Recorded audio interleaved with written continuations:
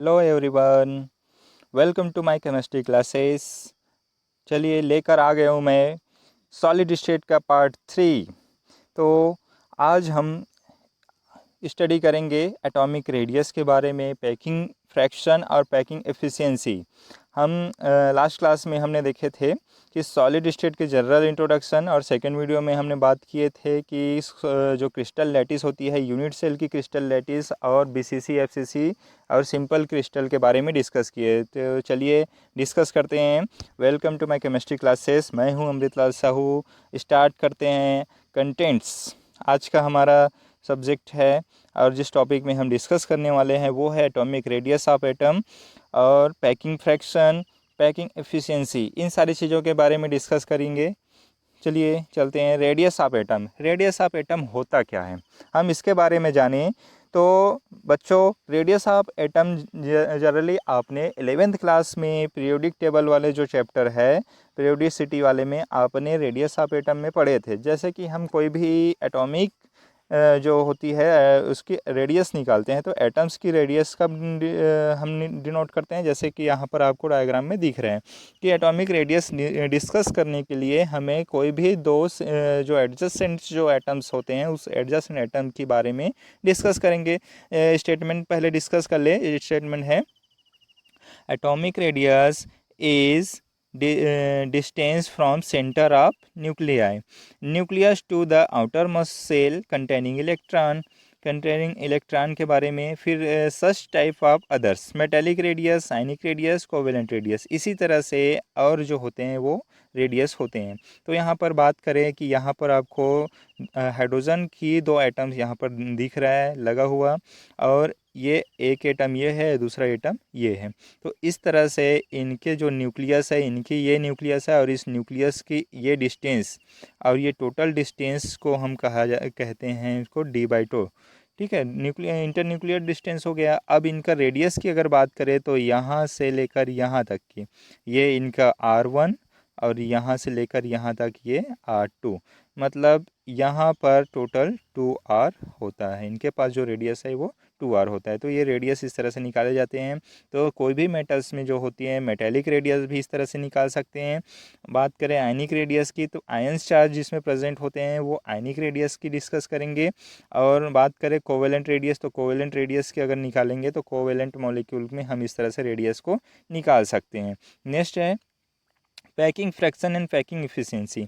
इनके बारे में बात करेंगे। तो पैकिंग फ्रैक्शन क्या होता है और पैकिंग इफिशिएंसी। तो पैकिंग फ्रैक्शन और पैकिंग इफिशिएंसी को हम यहाँ पर दिए गए जो फार्मूले हैं उस पर हम डिस्कस करेंगे। तो फार्मूले आपको यहाँ पर दिया है। पैकिंग फ्रैक्शन का फार्मूला है, सेकेंड है बच्चों पैकिंग एफिशिएंसी का फार्मूला। तो इस तरह से दो फार्मूला यहाँ पर हमारे पास प्रेजेंट हैं। तो इस दोनों फार्मूले के हेल्प से हम यहाँ पर इनको डिस्कस करने वाले हैं। और इनके लिए हमें चाहिए क्या, सिंपल क्यूब। कोई भी सिंपल क्यूब की हमें ज़रूरत पड़ती है। तो सिंपल क्यूब के लिए हम इस फार्मूले को पुटअप करके निकाल सकते हैं। तो पैकिंग फ्रैक्शन का फार्मूला और स्टेटमेंट हम देख सकते हैं। जैसे कि it is defined as the ratio of the volume of the unit cell that is occupied by the sphere to the volume of the unit cell. तो यूनिट सेल जो प्रेजेंट है और उसकी स्फेयर की बारे में डिनोट करते हैं और स्टडी करेंगे। कोई भी जो एटम प्रेजेंट है तो इस क्यूब में प्रेजेंट, जैसे आपको दिख रहा है कि एक एटम ये है, एक एटम ये है, इस तरह से हमें पता है, लास्ट क्लास में हमने पढ़ चुके हैं। टोटल होता है कोई भी सिंपल क्यूब में 8 एटम प्रेजेंट होते हैं जो कि इसके कॉर्नर में प्रेजेंट होते हैं। ओके बच्चों, ठीक है, इसके कॉर्नर में प्रेजेंट होते हैं। और इस जो एटम्स होते हैं, तो एटम जो होता है वो होता है स्फेरिकल। ओके, तो एटम स्फेरिकल है तो इसके सेंटर में जो न्यूक्लियस है और न्यूक्लियस से आउटर मोस्ट जो सेल है, यहाँ इस बीच की जो डिस्टेंस है वो होता है आर। ओके, और इस आर की जो इस रेडियस की जो स्टडी करते हैं उसी रेडियस को स्टडी करते हैं, जो कि इनकी जो वॉल्यूम होती है वो होती है 4/3 पाई r³ ये होता है, हमें पता है। तो इसको हम फार्मूले में पुटअप करके हैं और स्टडी करते हैं। पैकिंग फ्रैक्शन, पैकिंग फ्रैक्शन होता क्या है। First number, packing fraction volume occupied by atom upon volume of unit cell, ये पैकिंग फ्रैक्शन है और उसके फार्मूला है। नेक्स्ट है पैकिंग एफिशिएंसी। जस्ट जैसे पैकिंग फ्रैक्शन है उसी तरह से पैकिंग एफिशिएंसी भी है। एज इट इज़ हम देख सकते हैं। जैसे कि आप देखेंगे यहाँ पर volume occupied by atom, volume of unit cell into 100, और इसको हम 100 से मल्टीप्लाई करके हम इसकी परसेंटेज वैल्यू निकाल सकते हैं। जो पैकिंग फ्रैक्शन आएगा कोई भी एटम्स की या कोई भी सॉलिड की जो पैकिंग फ्रैक्शन निकालेंगे तो हम उसकी एफिशिएंसी भी निकाल सकते हैं। आगे की हम स्लाइड में स्टडी करेंगे। ओके, तो आगे बढ़ते हैं। Simple cubic unit cell. तो सबसे पहले हम लेते हैं सिंपल क्यूबिक यूनिट सेल, और सिंपल क्यूबिक यूनिट सेल में हम डिस्कस करेंगे कि कोई भी सिंपल क्यूबिक जैसे यूनिट सेल ले लिए, तो सिंपल क्यूबिक यूनिट सेल हम डिस्कस करें तो उसके लिए हमें ज़रूरत क्या पड़ेगा। जैसे कि एक मैं सिंपल क्यूबिक यूनिट सेल लेता हूँ, इस तरह से देख लीजिए।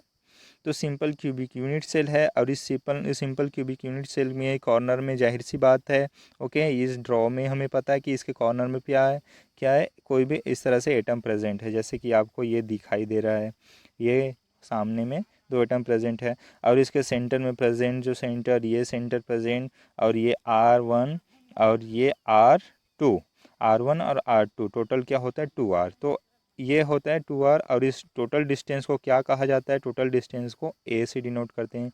तो A इज इक्वल टू हो गया 2R।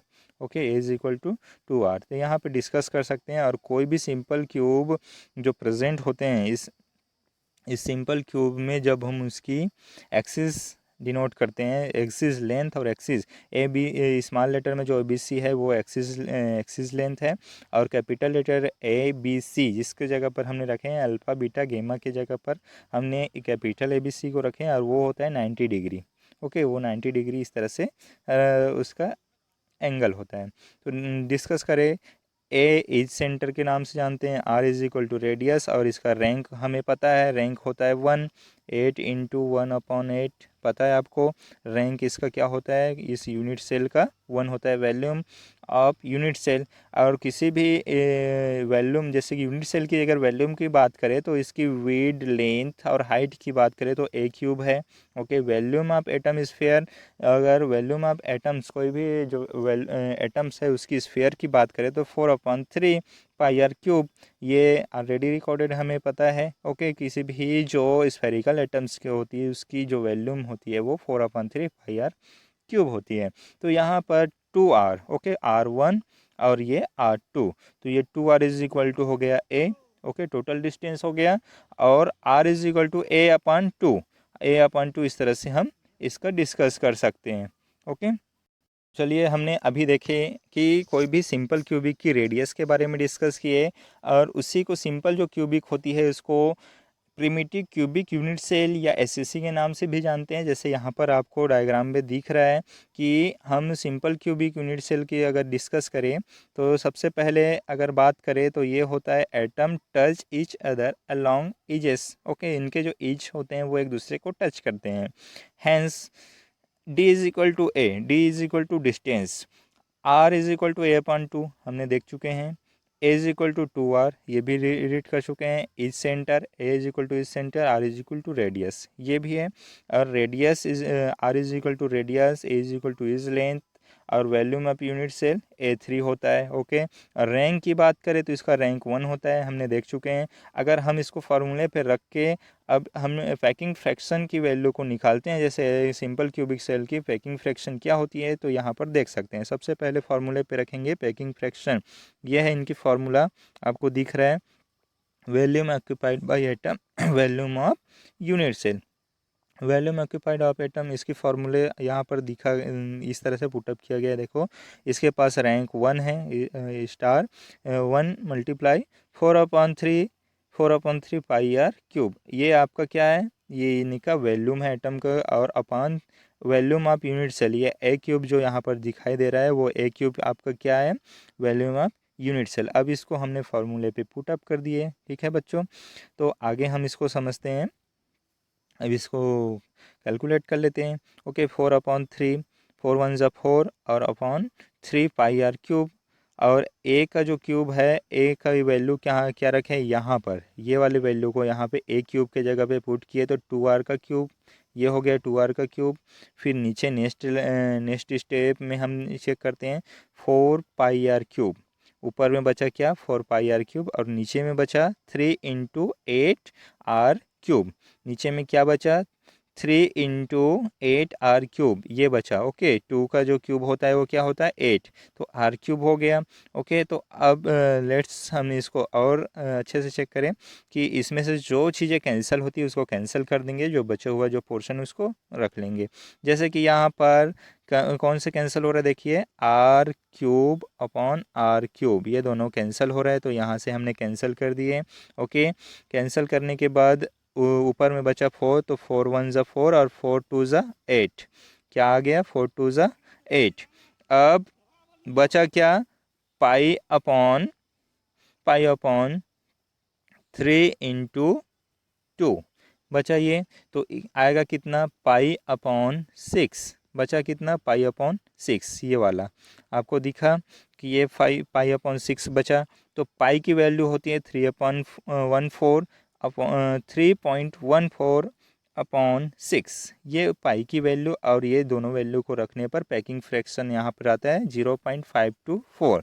अगर इनकी पैकिंग एफिशिएंसी हमें यहीं पर निकालना है तो पैकिंग एफिशिएंसी हमने देखे लास्ट में, जो पैकिंग फ्रैक्शन होता है उनको हम 100 से मल्टीप्लाई करने पर इनकी परसेंटेज निकाल सकते हैं। तो पैकिंग एफिशिएंसी मतलब ये होता है कि जो सिंपल क्यूबिक है उसमें जो एटम जो प्रेजेंट है तो कितनी मात्रा में इसकी पैकिंग एफिशिएंट भरा हुआ है। ओके, मतलब इसमें जो पैकिंग की जो एफिशिएंसी है एटम्स की वो कितनी है सॉलिड में, तो उसको स्टडी करते हैं। तो ये 100 से मल्टीप्लाई करने पर आता है 52.4, ये वैल्यू आता है। और ये इसकी पैकिंग एफिशिएंसी और ये पैकिंग फ्रैक्शन, यही हमें डिनोट करना था। तो ये सिंपल के लिए हमारा निकल गया। ओके, आगे देखते हैं face centre cubic unit cell. Face centre cubic unit cell क्या होता है, इसमें हम देखेंगे कि जैसे ही हमको इसको स्टडी करना है तो कोई भी सिंपल क्यूब लेने की ज़रूरत पड़ेगी।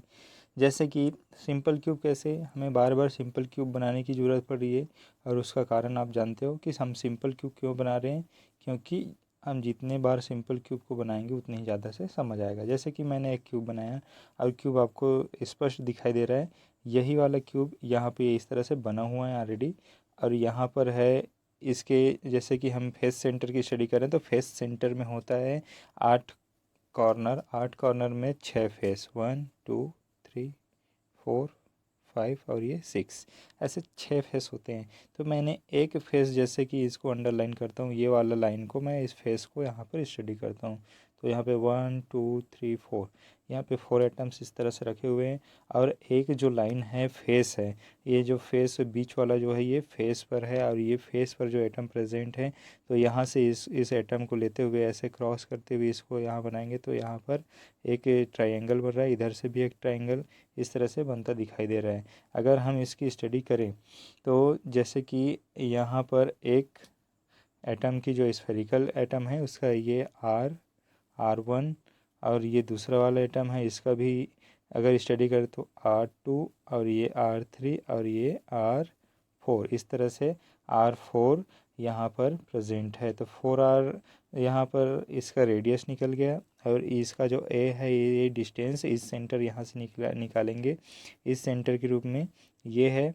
और ये तो इस तरह से मैं अगर इसको इस तरह से अगर मैं दिखाऊं, यहाँ पर जो ट्रायंगल बना हुआ है तो आप देखेंगे कि इस तरह से जो ट्रायंगल बना है इस ट्रायंगल पे ये A सेंटर हो गया, ये भी A हो गया, और ये वाला जो है ये 4R हो गया। और इसकी जो एंगल्स है वो कितना है 90 डिग्री है। और यहाँ पर भी ये 90 डिग्री का एंगल बनाएगा, तो यहाँ पर ये 90 डिग्री का एंगल तैयार करते हैं। तो आगे हम स्टडी करते हैं कि इसको अगर पाइथागोरस प्रमेय पर रखते हैं तो यहाँ पे देखें कि ये फर्स्ट वाले लाइन पे देखना A² plus A² is equal to 4R।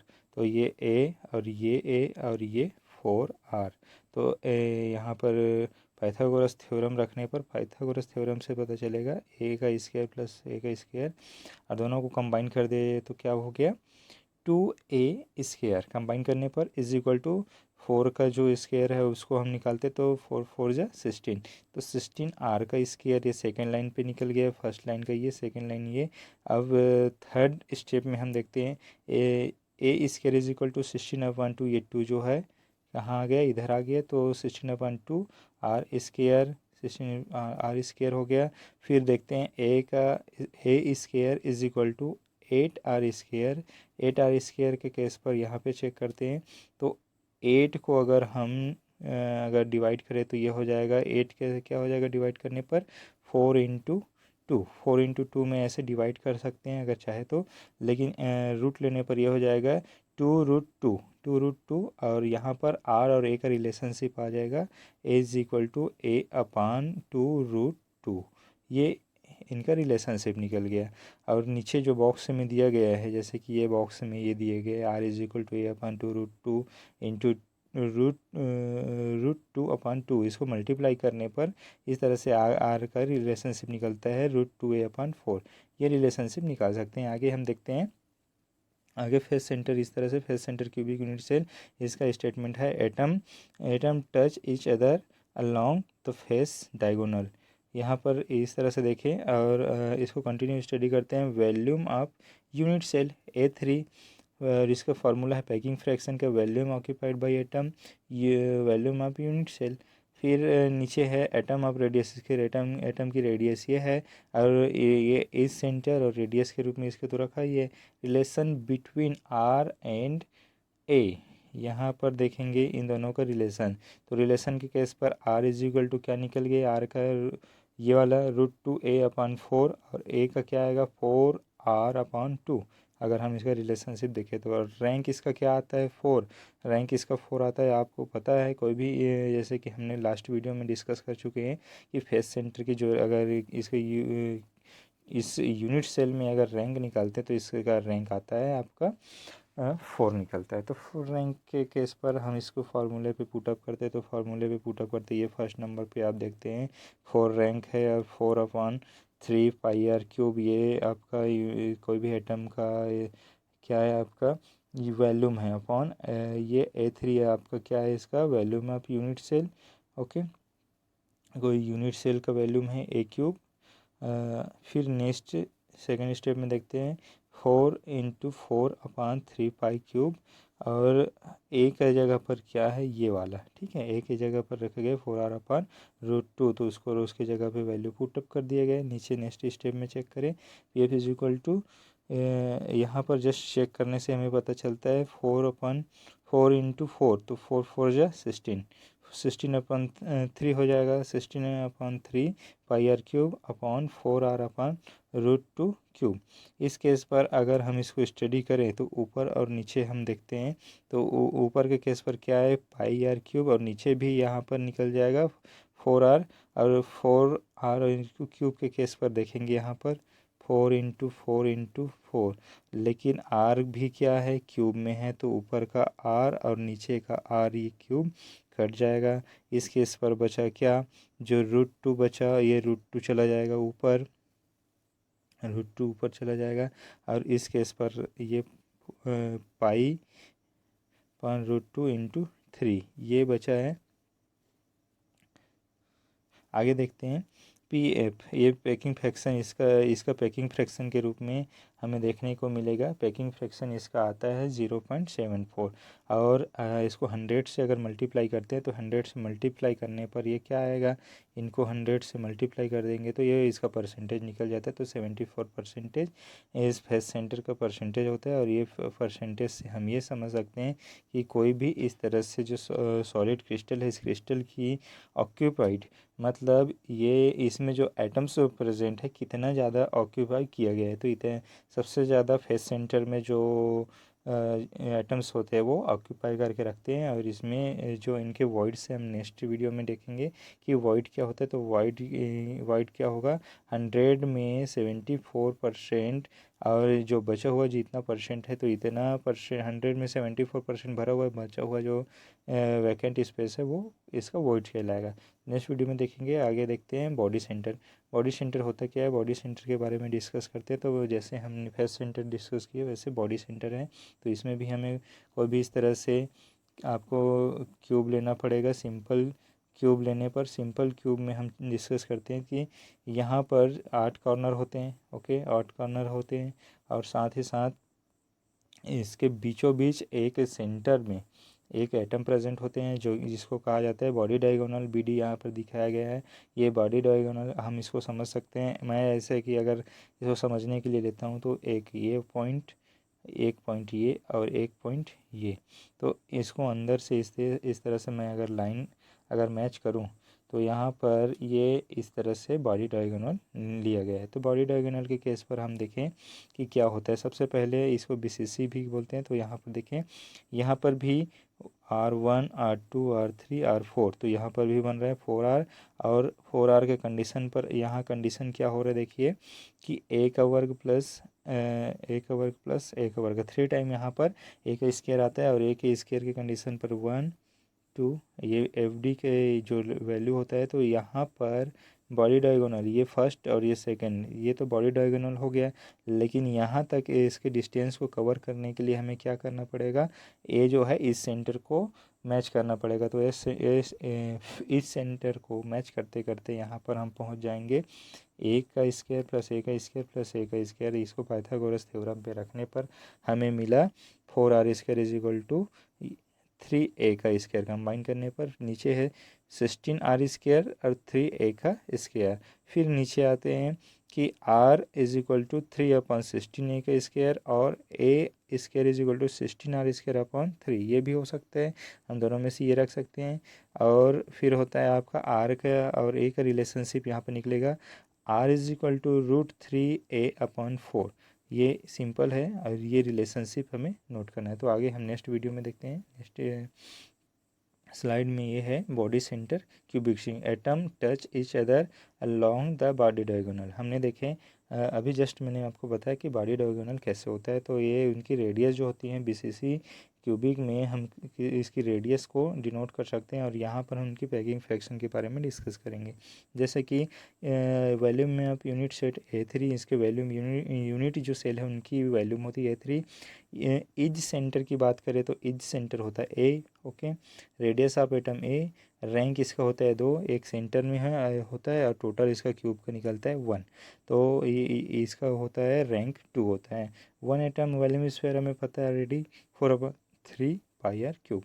और रिलेशनशिप R एंड A, इनके बीच में रिलेशनशिप की बात करें तो R इज इक्वल टू √3/4 और A का वैल्यू आता है 4R/√3। तो अब इसके फार्मूले पे रख दीजिए। फार्मूले पे रखते हैं तो पुट अप करने पर देखेंगे फर्स्ट नंबर पे देखो यहाँ पर 2, ये वाला रैंक को रखेंगे 2 इंटू 4/3। A की वैल्यू को रख दिए यहाँ पर, जो स्फीयर है उस स्फीयर की वैल्यू को रख दिए। Volume occupied by atom, volume occupied by atom 4/3πr³ upon, और नीचे जो है वॉल्यूम ऑफ यूनिट सेल, तो A³ है यूनिट सेल। नीचे नेक्स्ट स्टेप में देखें 2 इंटू 4/3πr, ये वाला 4R/√3³ इज इक्वल टू, यहाँ पे निकल के क्या आया, निकल के क्या आया देखिए यहाँ पे हमें दिख रहा है निकलने के बाद, जैसे कि 8/3πr³, जैसे कि 4×2 = 8 हो गया, ओके। और 3πr³, और नीचे ये वैल्यू एज इट इज़ है जैसे कि 4R/√3³। नीचे नेक्स्ट स्टेप में हम चेक करें 8πr³ इंटू √3 3 टाइम हम इसका ये कर दिए तो ये निकल गया हमें। और नीचे का इसका वैल्यू है 3 इंटू 4 और R का R³। तो यहाँ पर ऑलरेडी हमको पता है कि क्रॉस कौन सा होगा, जो एज इट इज़ है, जैसे कि R और R³ कट गया, बचा क्या कि ऊपर में ये 2 टाइम आपका √3 है, उनको मिलाने पर बनता है 3, और यहाँ पे ये 3 क्रॉस हो गया, ओके। तो 4 1 4, 4 2 8 आ गया, तो 2 1 2 और 2 2 4। तो क्या आया यहाँ पर, इस पर देखेंगे तो यहाँ 4 2 8 नीचे पे आएगा, और ऊपर पे बचा क्या, केवल ऊपर पे बचा पाई इंटू √3 बचा। तो पाई इंटू √3, पाई की वैल्यू 3.1, ये पाई की वैल्यू यहाँ पर पुटअप कर दे 3.14 इंटू √3/8 और इसकी वैल्यू लेने पर यहाँ पर 0.68 आता है। और इनकी अगर हम परसेंटेज से बात करें तो परसेंटेज में यहाँ पे आ गया 68%। और 68% मीन्स ये FCC से इनकी जो इस सॉलिड इस क्रिस्टल पे यूनिट सेल अगर इसकी बात करें बॉडी सेंटर के में तो ये 68% ऑक्यूपाई करता है। मतलब ये बॉडी फेस सेंटर से भी कम होता है और सबसे कम होता है उसका सिंपल क्यूबिक का। मीन्स हम अगर बात करें कि इनकी ऑक्यूपाई कितना किया है तो ये 68% ऑक्यूपाई करता है, बाकी वॉइड रहता है इट्स सॉलिड में। तो इस तरह से हम बॉडी डायगोनल का भी स्टडी किए। तो हमने देखे कि सिंपल क्यूबिक, फेस सेंटर और बॉडी डायगोनल इसमें इनकी पैकिंग फ्रैक्शन क्या होते हैं, पैकिंग एफिशिएंसी क्या होता है। तो आई होप बच्चों आप लोग को समझ आया होगा। तो इनको और अच्छे से पढ़े, इनके नोट्स बनाएं, इनका स्क्रीनशॉट ले लीजिए और आप कंटिन्यू नोट्स बनाकर इनके स्टडी करें। प्रॉपरली रेगुलर आप स्टडी करेंगे तो आपको ज़्यादा समझ आएगा।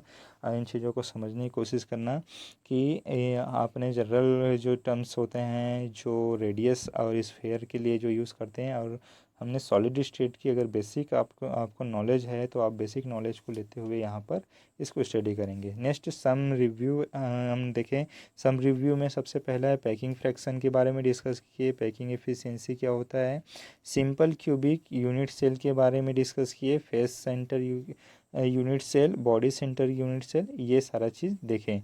नेक्स्ट है आपको ये सिंपल क्यूबिक यूनिट सेल है, इसका आप स्क्रीनशॉट ले लीजिए ताकि आप इसको समझने के लिए आपको और हेल्पफुल होगा कि यहाँ पर जो मैं जिस चीज़ों को मैंने बताया उस फार्मूले पे यहाँ पे रखा हुआ है वही पूरा फार्मूला यहाँ पर है। जैसे कि ये वाला ये फर्स्ट है, जैसे कि पैकिंग फ्रीक्वेंसी के लिए कितनी इसकी जो रेडियस होती है उस रेडियस की वैल्यू को रखते हुए यहाँ पर इसको और अच्छे से समझाया गया है।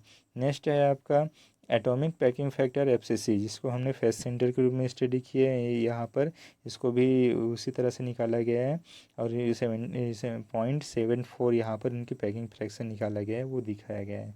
नेक्स्ट है एटॉमिक पैकिंग फैक्टर BCC। इसमें भी हम देख सकते हैं कि इस तरह से BCC में 0.68 इनका फ्रैक्शन आता है और हमने पैकिंग एफिशिएंसी को वहाँ पर निकाल के देखें। आगे की नेक्स्ट वीडियो में हम पढ़ेंगे वॉइड्स के बारे में, वॉइड्स है और जो डिफिशिएंसी है जैसे कि इम्परफेक्शन ऑफ सॉलिड, जो कि मेन पॉइंट है इस टॉपिक के NCERT की, हम उन चीज़ों के बारे में डिस्कस करेंगे। आई होप आपको वीडियो समझ आया होगा, अच्छा लगा होगा तो आप लाइक करना, शेयर करना, सब्सक्राइब करना भूलना नहीं। Please like, share and subscribe my channel. Thank you for watching.